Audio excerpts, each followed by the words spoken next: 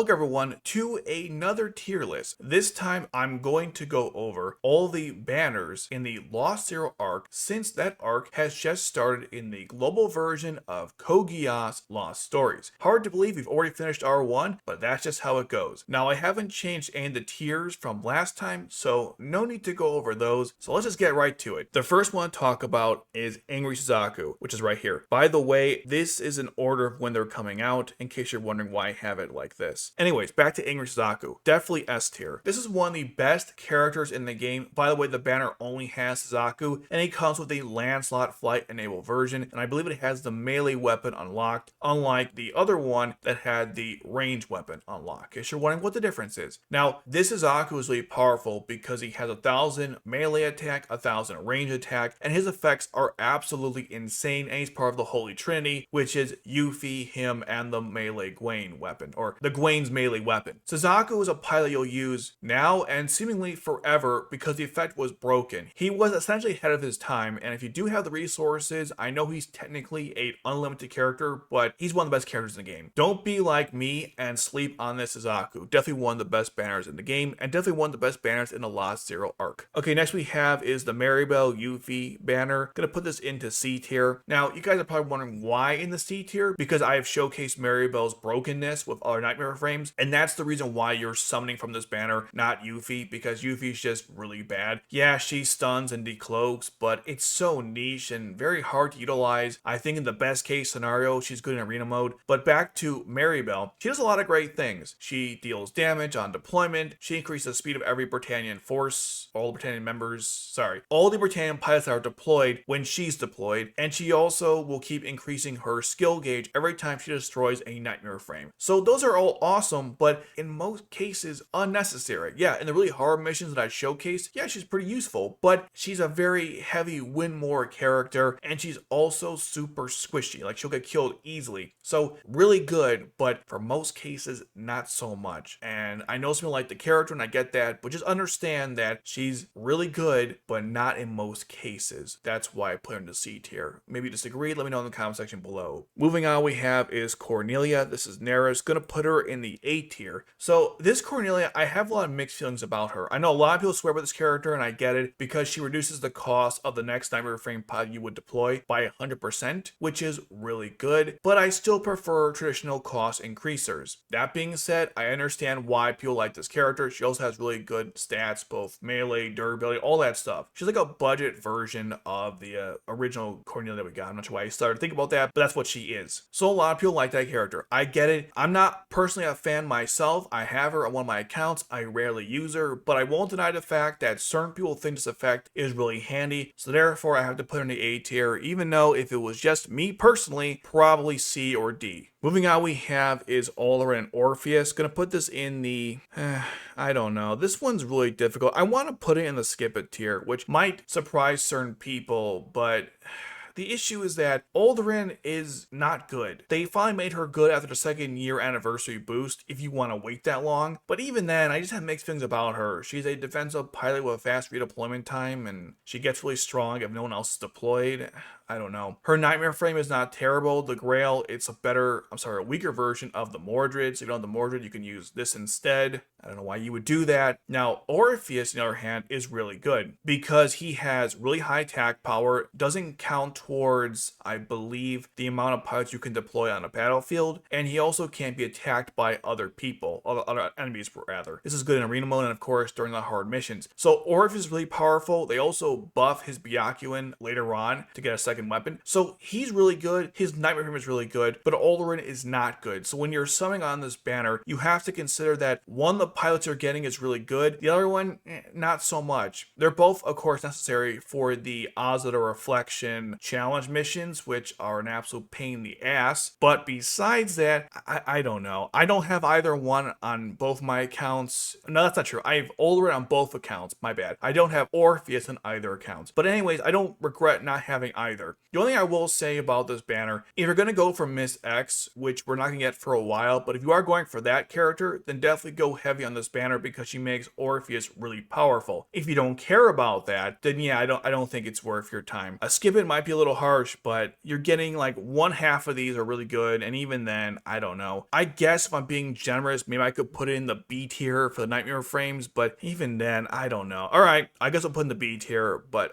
I just hate this banner. I wasn't a fan of it when it came out, and I still don't really like it, but I guess Orpheus is good enough that we can put in the B tier. Okay, next we have is Ashford C.C banner. This is for the Nightmare Frame Boss Battle event. Could put in A tier. It's really good because you can reduce the redeployment time of characters waiting to be redeployed, so that's really powerful. It's not S tier though, because in most cases you don't need to have her, but she definitely helps a lot if you do though, so definitely A tier. Next we have is the first year anniversary banner. Gonna put this in S tier. Better than Suzaku. Lelouch and Kallen are still broken down the Japanese side and will be broken for a long time. One thing great about Lelouch is that, well, his effects target the royal family with the damage, passive damage rather, but also everyone else, but does extra damage to the royal family. He also has really high attack power, and he comes with a Zero Kagori, which stuns on special. Still one of the most broken Nightmare frames ever produced. And Kallen is the ultimate Black Knight support character, increasing everyone's speed and doing passive healing. So from both characters, this is a really good banner. Definitely something you don't want to miss. Next we have is Monica. You can skip this. So alongside the first year anniversary banner, they have this Monica banner right here. This is in honor of the fact that her mother died, and well, her whole situation is really depressing. I did a video on my other channel if you're curious about Monica's character. The point is, this character is for that side story we're getting. Now, as a character herself, she's not awful. She boosts the Knights of the Round and is good for those challenge missions, and she does what Valentine not only does, but for everyone when she's deployed and only when she's deployed. So in arena mode, yeah, she's really powerful. In other cases, not so much. A very niche use only type character, so it's not worth it. On my main account, I did get her only because I got Lelouch and Kallen. I figured, hey, why not? I'll go for it. I believe she's the only rank 4 on the banner, so if you do get a rank 4, it's going to be her. So that makes it easier to get her if you do want her, but it's an easy skip for me. Next we have is Ledo and Schnee. I'll put this in good for Nightmare frames, and I'll say, yeah, that's fine. I guess I'll put it worse than Oldrin and Orpheus. Ledo and Schnee are not bad pilots. Ledo is a good tank attacker. He heals himself, but also boosts attack power depending on where his health is at. And Schnee is really good because he cloaks himself, and he has good long range attack power. Both Nightmare frames are really solid. Their Sarlin customs are both really unique. Ledo's has high melee attack power and has the same range for its special as Kallen's Borai. Only attacks 3 enemies in range, deals AK damage, and also I believe reduces attack damage. So really good. And Schnee's Nightmare frame is unique because it has the same range as the Lancelot flight enabled version, just flip it, which is really good. Now you might first think that's not that great, but it really is, especially in arena mode and even in certain missions, because many times it's the only way to attack certain enemies. If you treat this game like Tetris, you can see why a Nightmare frame with that range would be very useful. But the reason why they're both in B tier is because I don't think you need these characters or the Nightmare frames to succeed in the game for the most part, but I won't deny the fact that they're both good. Okay, moving on, we have is the Bridesmaid event. Gonna put this above Suzaku. I kind of want to say above first year anniversary, but that's kind of sacrilege, so I guess I'll put it here. It's hard to decide though, because this banner is so good. I use both characters even now. The defensive Shirley, high health, high defense, and heals everyone every time she takes damage, plus reduces the cost to deploy all female pilots. She's basically a better version of that Lelouch and Suzaku we just got on the global side. And then you have Nunnally, who increases the Nightmare frame skill gauge of one pilot in range by 100% and also increases the damage of that skill ability. And I think targets as well. Plus she's a cost increaser on deployment, so you get 25 cost, plus you can make one pilot skill gauge become 100%. Really broken. Both these characters are insanely overpowered, so that's why I'm putting in the S tier. Generally speaking, based on your perspective, the order of these three could be swapped in any way you like, but I think this is probably the best way to do it. Next we have is Marrybell. I'm going to put this in A tier, probably above C2, but lower than Cornelia. She's kind of like a weaker version of Angry Suzaku. Same attack stats, or relatively the same attack stats. She increases her speed rather, by every pilot that she destroys. So if you want a really good attacker, just like Suzaku, Suzaku, you could use Marrybell as well. Very handy in the Royal Family Faction challenges, and you do get a Nightmare frame called the Lancelot Trial, although to be fair, it's kind of crap. The range of it is pretty unique compared to other Nightmare frames in the game, but the attack power and skill are not that impressive. So you want something good for healers, the Nightmare frame is pretty impressive. If you want something for attacking,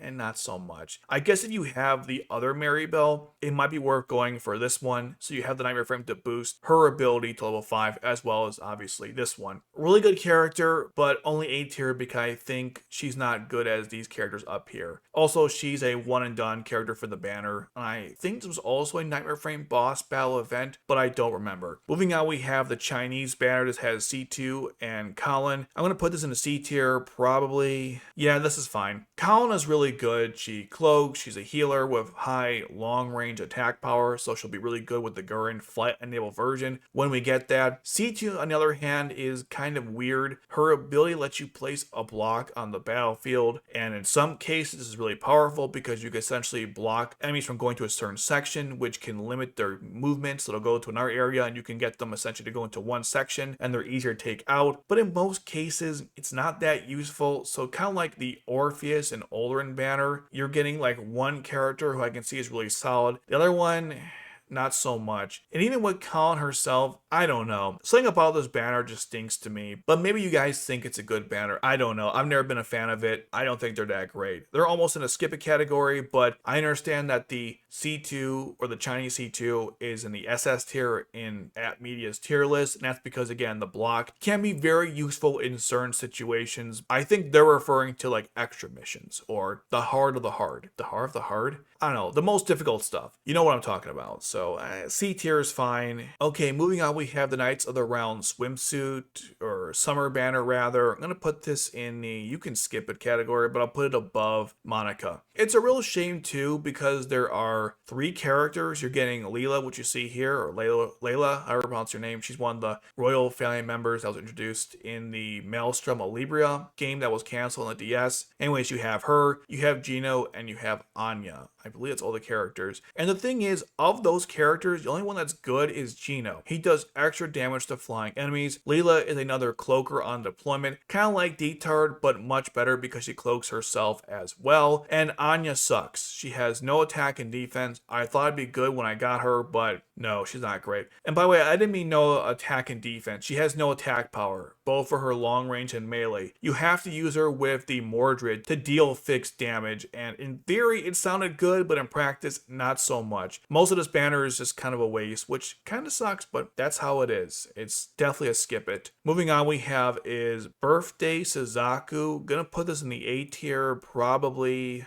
I guess that's fine. The thing about this Suzaku is that he has an effect Valentine Nunley, but he applies it for himself. So if he's incapacitated, he'll instantly regenerate his health. He also boosts the speed and lowers the cost of everyone else who's Suzaku on the team, and he has really good stats. He's like a weaker version of Angry Suzaku in the sense that he can recover near from death, but obviously not as good. I kind of thought he'd be similar when I picked him up, but it just never worked out for me. Maybe other people have had better success with the character, but from my standpoint, it never really worked out. That being said though, yeah, he's pretty good. And just like Monica, he's the only character on the banner, so if you do pull a rank 4, it will be him. And they also give out 10 free summoning tickets for it, so you get at least one crack at the character if you don't have the Sakuradite or don't want to spend the Sakuradite on that character. Overall, a really good pilot, but obviously not better than the S tier as you see right here. So that's my ranking on all the banners for the Lost Hero arc and Code Geass Lost Stories. Let me know your thoughts in the comment section below, any questions you might have, or even areas where you disagree with me, which is totally fine. And if you want more content, you can check out this video right here where I discuss the new C2 and the Guren we just got during the Nightmare Frame boss battle event. Go check out that video right now.